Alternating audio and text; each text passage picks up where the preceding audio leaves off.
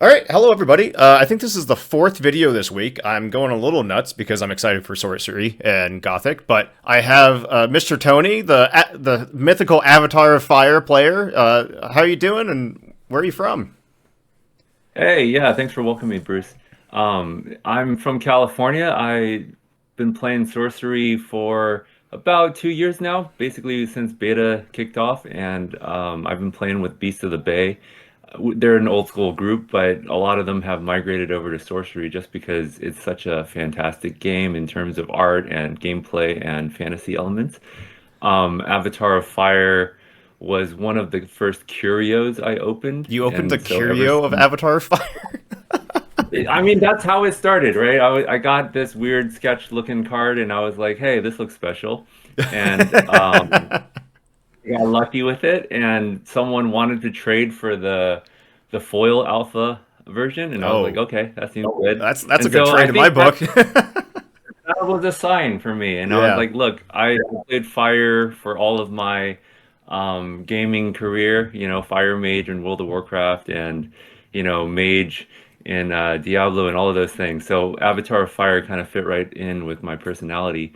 And I just kind of forced it to work, even if it's not the strongest avatar. I try to make flavorful decisions and make a deck that can, use her ability, even if it doesn't show up every game. So, yeah, yeah. So speaking of that, her ability is turning fire sites in your hand into fireballs. So I see you have some land surveyors. Like, how do you how do you build Avatar Fire? Like, what is the main game plan? What does most of your games look like? I imagine maybe if you cast one fireball a game, maybe, but yeah, I would say that if you're new to Avatar of Fire, you may want to build it like you want to shoot fireballs. And I think, at least the way I play it, that's not really an optimal scenario because it's basically negative card advantage every time, right? You have yeah, to tap to draw a site, or you have to have drawn a site for turn, and then you have to tap your avatar, discard your site, or cast your site, which is a fireball. So you're basically losing card advantage just by using her ability. So most of her strength, if you can call it that, I would say lies in the fact that you have the option to fireball, and a lot of people don't want to put minions in the way when they know they could just get fireballed, right? So like yeah. 4 damage is pretty good. It'll take out most strong minions. So it kind of clears away down the middle, and it really just makes the positioning of all the sites and the minions much more important because you have that option to fireball. Interesting. Yeah, like you have to tap to for it this turn. Like, imagine if this wasn't a tap ability and it just said once per turn you can discard a site and use a fireball. Like, that'd be so much better just because of that non-tap ability. But interesting. Uh, No, I agree. So the yeah, land surveyors, like you brought up, I think, I've also played with the leprechauns, but I do think the land surveyors are the right choice because you get the site right when you play it, and a lot of my play revolves around having sites to uh, kind of defend my kingdom. And so having sites when you play a land surveyor just to have one more option of where you want to put if you want to put something in the front line versus you want to put things in the back, or even where you position your forges and your pebbled paths so that you can, build a lance, cast a minion, and have a little bit more defensive options. It's really important to have that right away rather than have it kind of sit around. And I know the leprechauns are two power, but like, yeah, but you don't get it right away, and it, yeah. it may not give you options when you need them. Yeah, I think leprechauns are really, really good, but when you need the site like immediately, like I know I'm just Deathright versus uh, Genesis, and but it's the deck building choice and the style of that deck is what determines that. Agreed. Yeah, and looking at it, like you have some good fire minions. Dragonets were probably good into Druid when he before pre nerf Druid, and then you have the Giantess. So you're still like doing the Earth Fire stuff, but it looks like you're doing like bigger things. So are you like playing sites most of the time? Yeah, this deck really wants to hit 4, 5, 6 sites. So again, the early plays are the land surveyors, the root spider on a bedrock, Mm-hmm. or actually, what I found is really fun is you put a forge and make a lance underground, and then you have a root spider holding a lance underground, and it is I've never pretty noticed that. Yeah, that awesome. makes sense. You can put a lance. It just says here. Oh, that's cool. All right, I don't. I never thought of. They can't chase you down with their own root spider. They can't chase you down with a bat. And if you do have something that you've caught in the root spider, like the 3 power minion, you come up, you kill it, and your root spider sticks around. So it's a very defensive play, but it works out pretty well to get you to those later turns. Yeah, I think Forge is one of those ordinary sites that are like deserts are great, but Forge is also a really strong ordinary site. Yeah, and I think lances on top have always backfired. Well, maybe not always, but like, you'll Yeah, play it on top, you'll equip it to a unicorn or something, and you think that's pretty strong, but then, a vile imp and then something that just runs into it and then picks up the lance after. Well, I guess you can't run into it because the but lance will trigger. like But like it it's gets removed, and then you unbelievable. have the lance, and your opponent picks up the lance, and it's just a nightmare. But yeah, Yeah, yeah, yeah. So the underground lance, I played around with, and I think that's a pretty good play. As long as there's not too much water. So water is definitely one of the deck's weaknesses. yeah.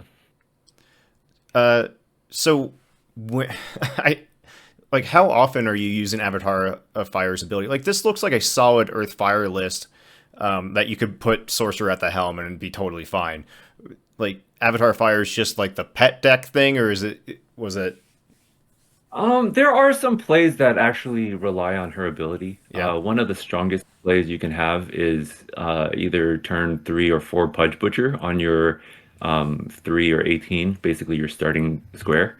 And then assuming their avatar doesn't really move, because that's not what you're doing early game, like they're staring down a Pudge Butcher. And you really don't have an option to body block it because I Mm, can just shoot a fireball and then hook your avatar. So that actually got me a couple of games, not just at the Vegas event, but like, in just playtesting, like Pudge Butcher on your starting site, if they don't have a square to the left or right, they can put a minion in front, but you'll just fireball it down the line. And then once you have your avatar hooked by a Pudge, the game is in your yeah. face. Yeah. Really, Yeah. really wonderful. Wow. Yeah.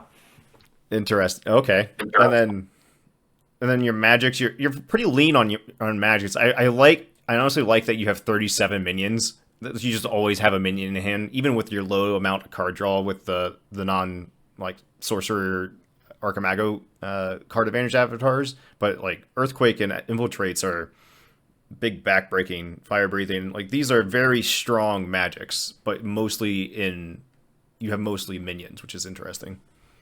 Yeah, so I don't really get card advantage from like Sorcerer or my avatar's abilities. So most of my Hello. card There advantage we has go. to deal with getting Told you better we were. trades, and better trades usually involve minions that take, more than Can you just hear me? a quick spell to get rid of. Like if you look at the minion list and the count, I mean Boo. they're all big booty minions. You got giantess, you got pudges, you got bodyguards and unicorns, and so they're all 4 power. I mean that's kind of where most of the strength of the deck comes from. They're Hello. also beasts, so I run 2 varmint warrens, and like a unicorn in a varmint warren is pretty hard to remove because you can't just attack into it. And also there's just a lot of different disable effects, right? Like you got the basilisk and the root spiders, which make things pretty hard to just encroach onto your territory. And like I said, it's a slow deck. It's a lot of the game plan is it's not that hard to read, but you just have to deal with it. Like, Yeah. I don't run any grapple shots or any movement abilities besides, the one Warhorse and maybe Rift Valley kind of can shift things around and Earthquake, I guess. But like, most of it is telegraph. You'll see the big guys coming, and then you'll have to deal with it, or they're gonna be hitting your sights pretty hard. No, I that's the reason I love Infernal Legion. It's like, all right, can you answer this? If not, he's gonna punch you and it's gonna hurt. I don't want to say it feels fair, but it's like, I mean, it's not my fault you didn't remove it.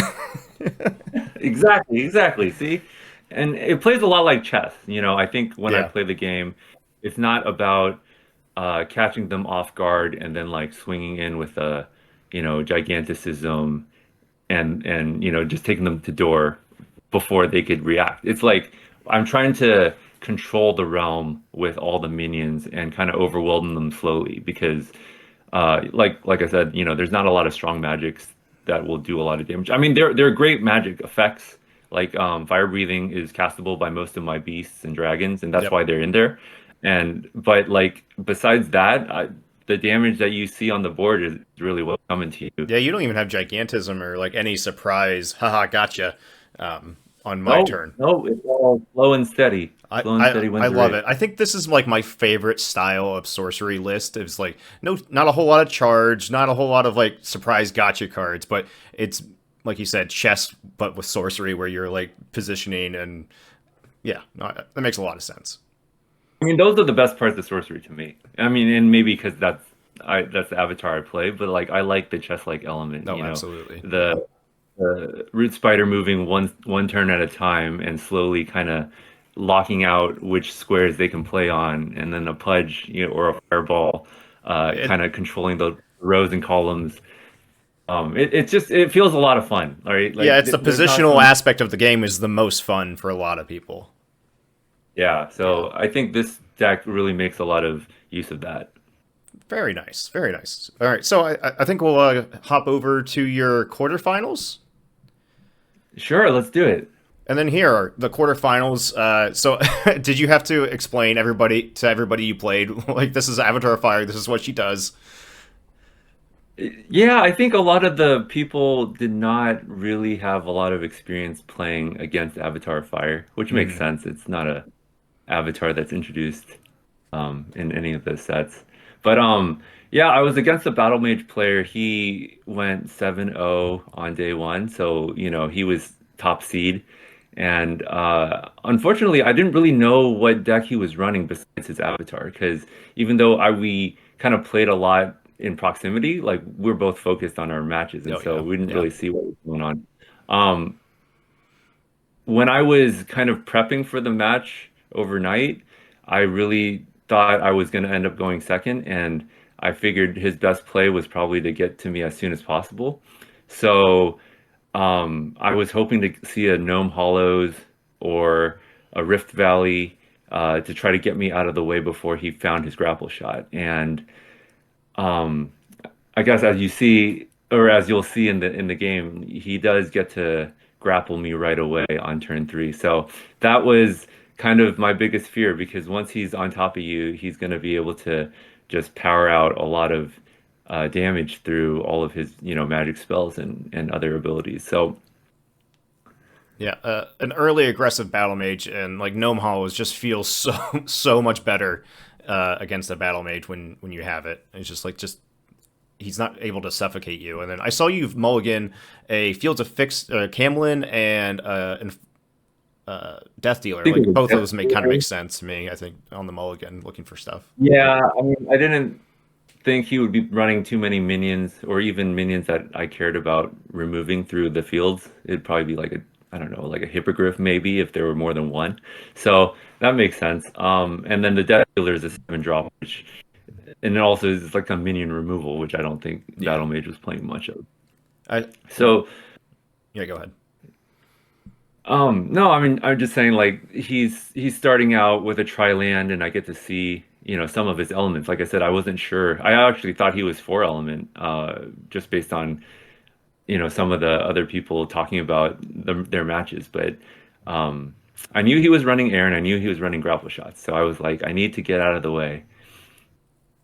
That Yeah, looking at his list, there's some wild threshold costs. I mean, more power to him. He got second place, and I can't imagine running a deck with this 3 color in Battle Mage where you're like only maybe playing 4 or 5 sites at the absolute max and hitting threshold costs. But what do I know? no, I think, looking at his list now that it's kind of online, it's like I love his list. I think it's such a I don't know if it's like the perfect battle mage list, but it's kind of the battle mage list that I would make because it runs so lean and it's just all about getting the battle mage in your face. Yep. I don't think he runs hippogriffs. I think he just runs like pit vipers and princess and things that'll just be able to get him onto you and help you help him stick on you. So, like I said, turn three grapple shot. If he didn't do that, I was gonna rift myself away, Yeah, but being on the play or being on the draw is just that one turn. Yeah.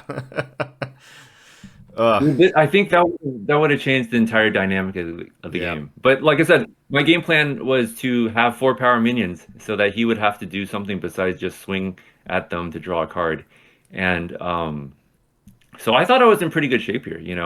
I kind of got him away from his main sites. He plays one next to me, but that means I can have a turn without taking some damage. And the Pit Viper, see that Pit Viper?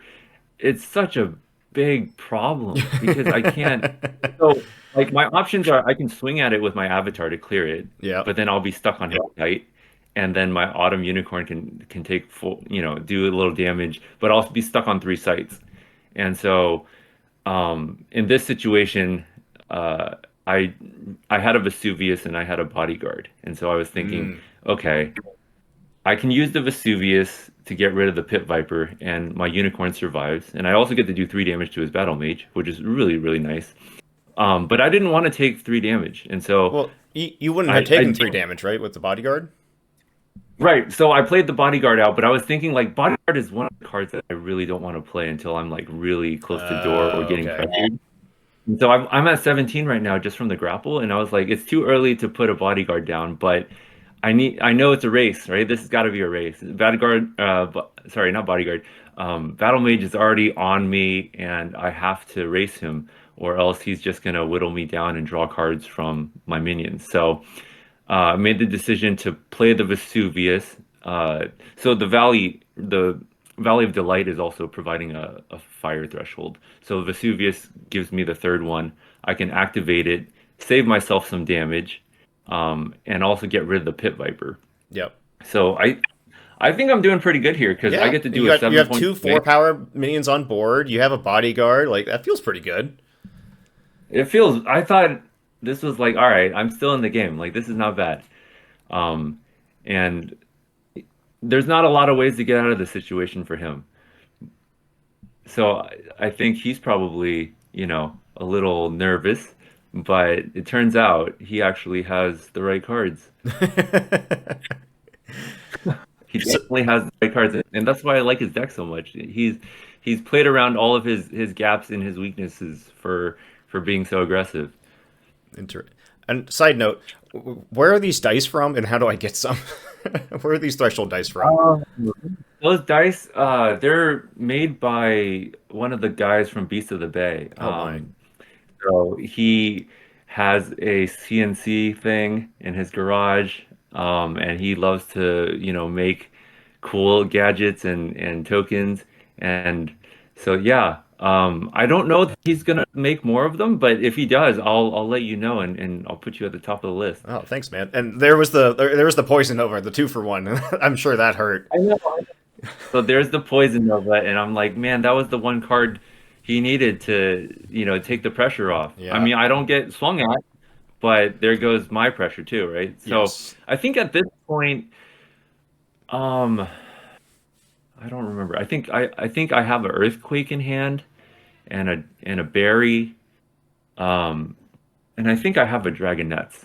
I think those are my cards. So I don't think I have a lot of choices. I think I'm just deliberating where to play the dragonets, and you know, I don't want to advance my sights anywhere closer to, where he could get a charge minion. Because again, I don't know that he doesn't have charge minions. So the two sites that are exposed on Rift Valley and Steppe, those are good spots for him to attack. But then I don't want to put anything up on the second row, uh, Where you to can't surround his defend. site. Yeah, where you can't defend it very well. But then also like playing a dragonette somewhere he can just eat with battle mage and then punch again with screaming Yeah, skull. the It's not a Screaming great Skull. situation to be in. And this kind of follows with the Avatar of Fire's kind of site placement. Because if I play everything on the back row and imagine I had a Pudge, Like Hmm. I can cover all those squares pretty well, right? And I have Avatar of Fire's abilities as well. So like it really allows you to kind of get to the turn four, turn five, and still have a lot of defensive measures because they have to come to you. And meanwhile, you're kind of, defensively positioned. So the reason I played it on the Tintendale is because, again, I don't know that he's not four colors, and I don't want it to get buried.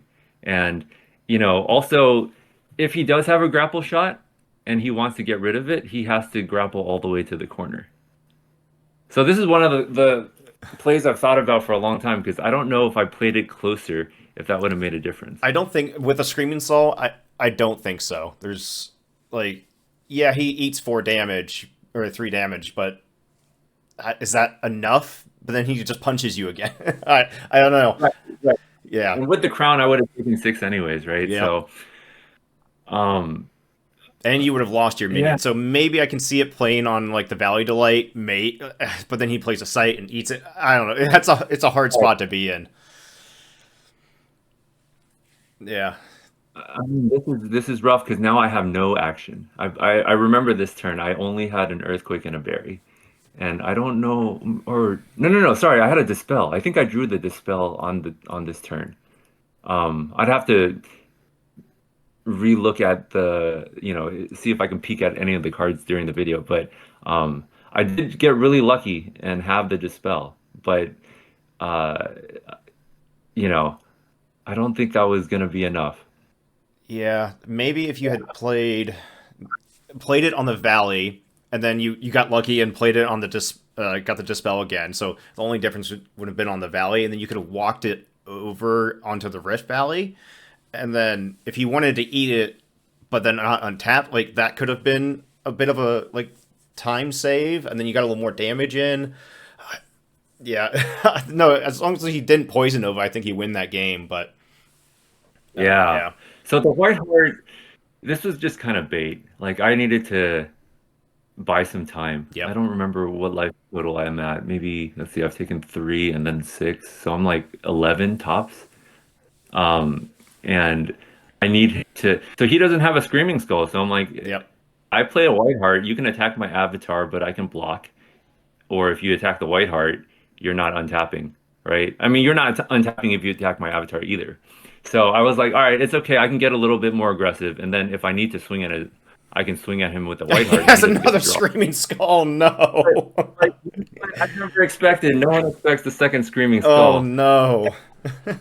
and so he just bumps me up. He eats me like Pac-Man, you know. Um, and that's definitely a good play by him, because he gets to draw two cards and then swing again for three. And I mean, that's the battle mage that I think would be really fun to play, you know? Yeah, He's going all out. and then he's got the brows. He's got threshold for brows too. Oh my goodness. Off of 5 sites. It's Amazing. uh it's it's incredible. We talked a little bit about his deck list, post finals, and he says that the Fill Stone and all the one cost things that he has just makes it so that he can just go through his deck like crazy. I mean, like the Pit Vipers would be free. Yeah. Um, and the browse is free, and there are a bunch of other magic missiles becomes one mana. So I love his deck. I think it's kind of like that ninja that comes in and does a bunch of stuff and then like ropes out after destroying you. It has so many different.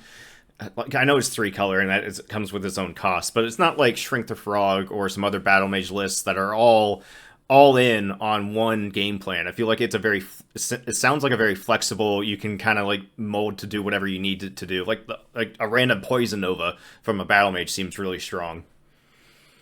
Yeah, yeah. A Poison Nova, come on. I thought he might have been running Common Senses too. I mean, might as well put in some Earth in there, since the Tintin provides the Earth. I guess, maybe some of the other sites don't, but man, if he had Common Sense in there, that would be quite a good selection of spells that he could do.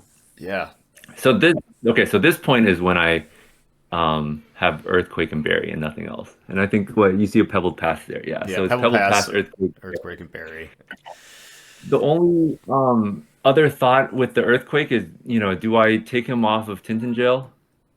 right? Like I could have earthquake that into out of position, put him on 4 mana, but with the Fill Stone and the Screaming Skull, like as a threat, even though it's not doing damage, it's kind of, it'll remove any blockers that I cast. Um, So Ultimately, I think I just, yeah, yeah, to earthquake. yeah. So like, I can see earthquaking being good and like getting that 2 for 1. Why why not just like now? He's eaten all your minions. You were at 4 mana.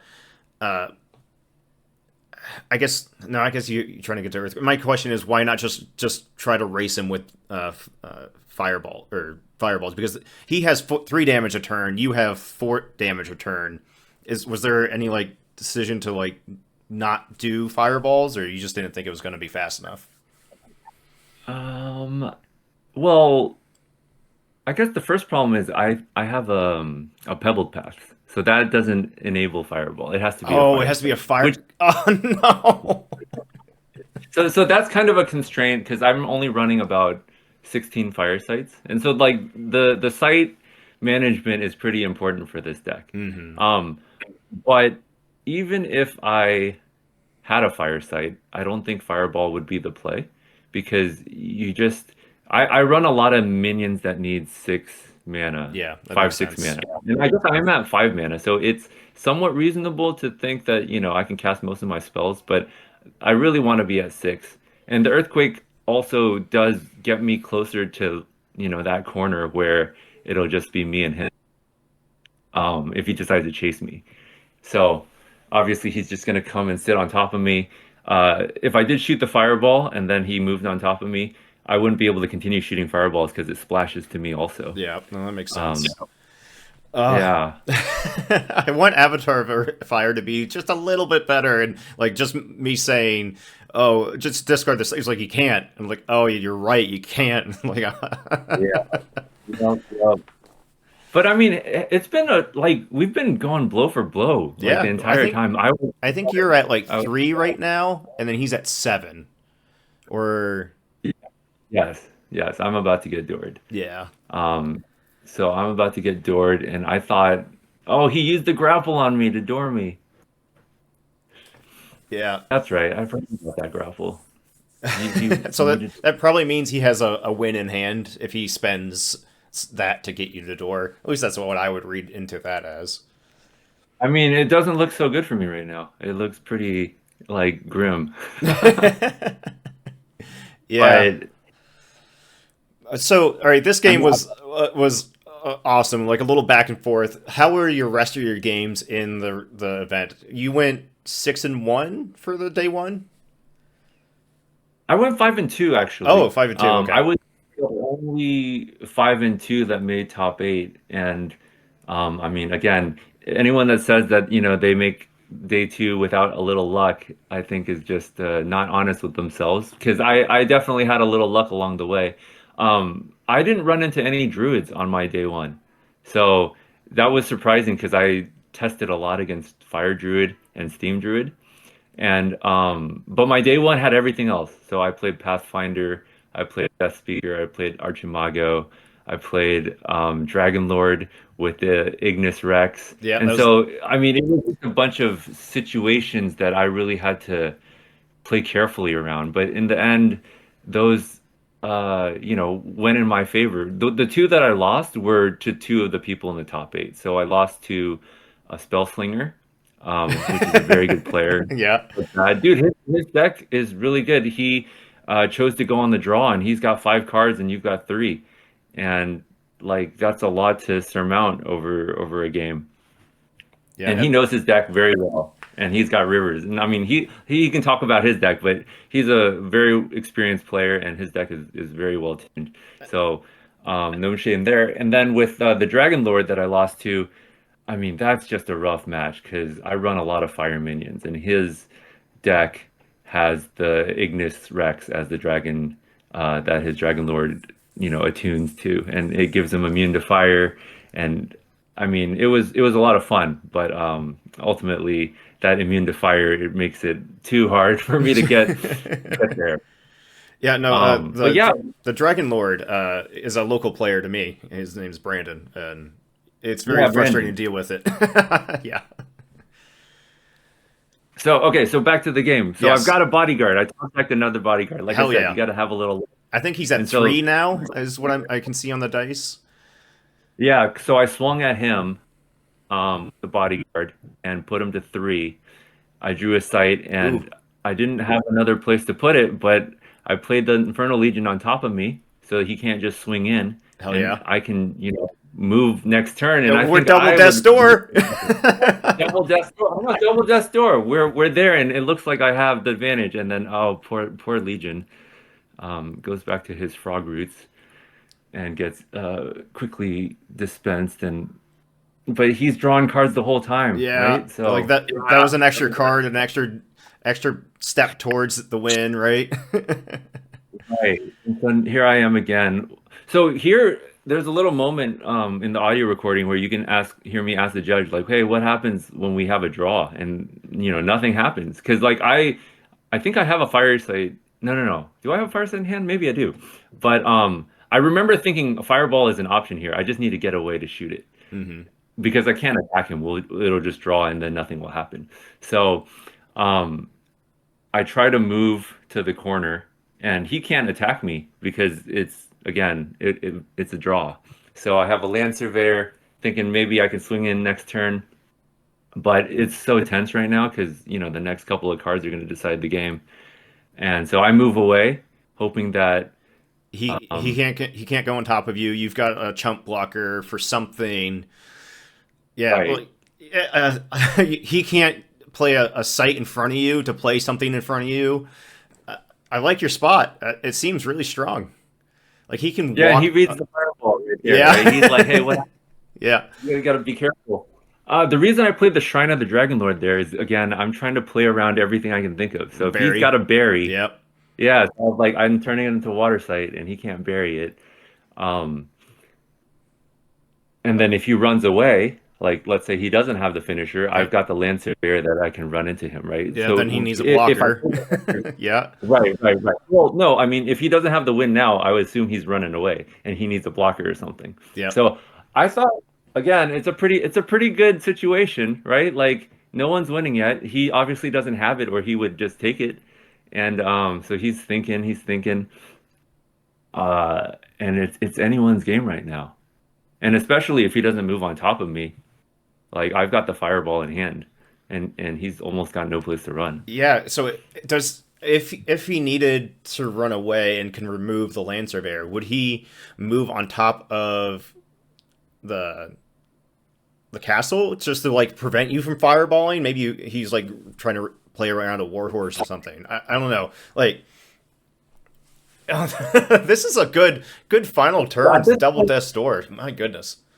yeah, at this point, I'm thinking about all my outs, and I think, I did the math. I have about 10 different outs. So I have Common Sense, Wildfire, two Dragonets, two Vile Imps, Infernal Legion, and Ignis Rex. And that comes to about 10. Oh, no, no, and two Fire Breathing. So I have a lot of outs here, Yeah. and I just need to draw one of them. Um, and it just, And then a fade changeling to it, the top deck wars. This is great.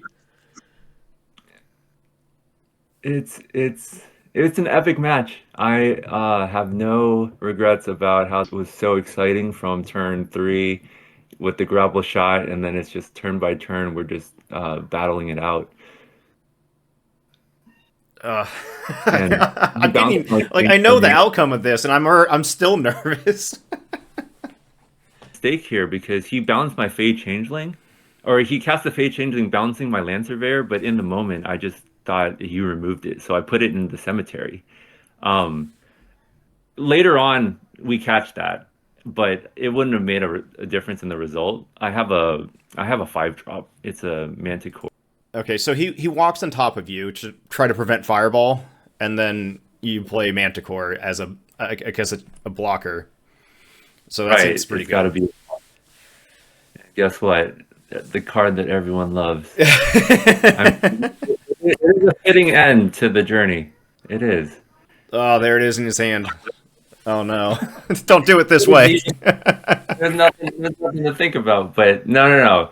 It's beautiful, right? There it is. Yeah. And he had the Vile Imp, like I said, so that's why I didn't want to be in that middle section. Yeah. Um, and so I think all the plays were almost as good as they could have been. There, I'm picking up the Lancer Bear, and oh my goodness, you I was like, you oh never no, look at the the next top card was card. No, never. and the next card was the Dragonette, and so God, I don't think it could get any closer. Like that's the that's how the cookie crumbles. But Yeah. it Uh, was one card away from Rainbow Foil Avatar of Fire, but I guess we'll have to see next time. next time, man.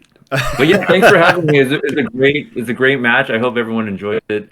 If you guys want to play Avatar of Fire, definitely check out the list, or just try it out. It's a lot of fun. It's not like your normal avatars. It has a little bit of uh, creativity associated with how the gameplay goes, and I think that's one of the best parts of Sorcery.